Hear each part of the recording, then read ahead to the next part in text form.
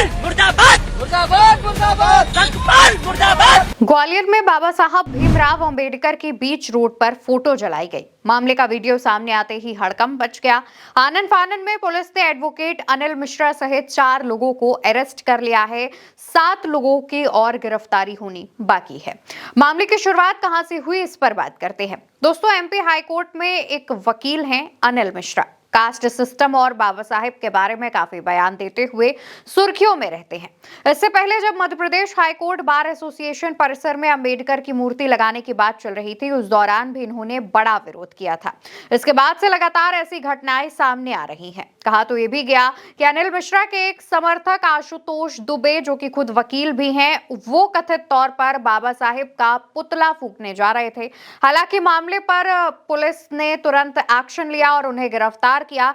उसके बाद आशुतोष दुबे ने कहा कि वो पुतला बाबा साहेब का नहीं था और इस तरीके से वो लगातार बात कह रहे थे। हालांकि उनकी गिरफ्तारी हो गई थी। वहीं बाबा साहेब की तस्वीर जलाए जाने वाली इस घटना को लेकर और एक चीज से जोड़ा जा रहा है।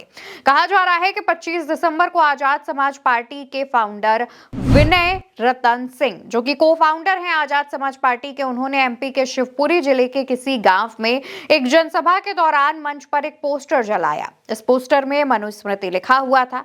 जानकारी के मुताबिक 25 दिसंबर को अंबेडकरवादी मनुस्मृति दहन दिवस मनाते हैं। उनका मानना है 25 दिसंबर को ही साल 1927 में बाबा साहेब ने सांकेतिक तौर पर मनुस्मृति जलाई थी। हालांकि संविधान में इस दिन को मनाने की बात का कोई जिक्र नहीं मिलता है, लेकिन वर्ण व्यवस्था का विरोध करने वाले लोग इसको मनाते हैं और जो बाबा साहेब के काफी समर्थक माने जाते हैं, जो दलित वर्ग से आते हैं, वो भी इस दिन को मनाते हैं।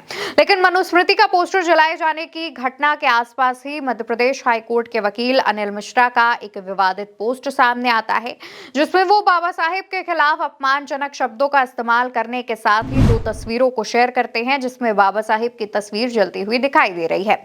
इसके बाद विवाद ने तूल पकड़ा। लोग 2 धड़ों में बंट गए। एक वर्ग मनुस्मृति जलाए जाने का विरोध कर रहा था और दूसरा बाबा साहेब की तस्वीर जलाए जाने का। अंबेडकरवादी समूह ने बाबा साहेब की फोटो जलाए जाने की घटना को मनुवादी करार दिया। जब तस्वीर सामने आई तो इस तस्वीर में कहीं कहीं पुलिस के जवान भी देखे जा रहे हैं और इसको लेकर के शहर में तनाव का माहौल है। कहा जा रहा है कि इस शर्मनाक हरकत में राजनीतिक साजिश हो सकती है। तमाम जो दलित वर्ग के लोग हैं, उनका कहना यह है कि इस पूरे काम में राजनीतिक हस्तियां भी शामिल हो सकती हैं। हालांकि अभी तक सिर्फ ऐसे आरोप लगाए जा रहे हैं। पुलिस ने मामले पर जैसे ही वीडियो सामने आया, कार्रवाई करते हुए एडवोकेट अनिल मिश्रा के अलावा 4 लोगों को गिरफ्तार कर लिया है। इनकी कोर्ट में पेशी की जा चुकी है। 4 से 5 घंटे सुनवाई के बाद दोबारा से इन्हें हिरासत में भेज दिया गया है। लेकिन दलित संगठनों का कहना है कि मामले में एनएसए यानी रासुका की धारा भी लगाई जाए। दलित संगठनों का कहना है कि केवल एक तस्वीर जलाने की बात नहीं है, बल्कि देश के संविधान और पूरे वर्ग के अपमान की साजिश है। दलित संगठनों ने साफ चेतावनी दी है कि अगर आरोपियों पर कठोर धाराओं में कार्रवाई नहीं की जाएगी तो फिर आंदोलन होगा और ये आंदोलन पूरा ग्वालियर याद रखेगा। मामले पर आजाद समाज पार्टी भी काफी मुखर रूप से दिख रही है, पूरे मामले का विरोध कर रही है, तो बसपा भी पूरे मामले पर काफी एक्टिव नजर आ रही है। इसके अलावा बाबा साहेब भीमराव अंबेडकर के पोते प्रकाश अंबेडकर का भी मामले पर पोस्ट सामने आया। वो लिखते हैं, बाबा साहेब अंबेडकर की तस्वीर जलाना सीधे सीधे राष्ट्र विरोधी है। ऐसा राष्ट्र विरोधी व्यवहार सामाजिक, आर्थिक और राजनीतिक बदलाव के डर को दिखाता है। जहां उनकी पीढ़ियों से चली आ रही विशेषाधिकार वाली सामाजिक स्थिति अब सवालों से परे नहीं रही है। ये असहिष्णुता, भारत के संविधान द्वारा दिए गए समानता के वादे को न मानने की मानसिकता, दलितों के प्रति गहरी नफरत और दलित आत्मसम्मान की अभिव्यक्ति को अमानवीय बनाने का प्रमाण है। यह मानना मुश्किल है कि यह भारत विरोधी घटना भाजपा शासित राज्य की मशीनरी के समर्थन के बिना हुई हो।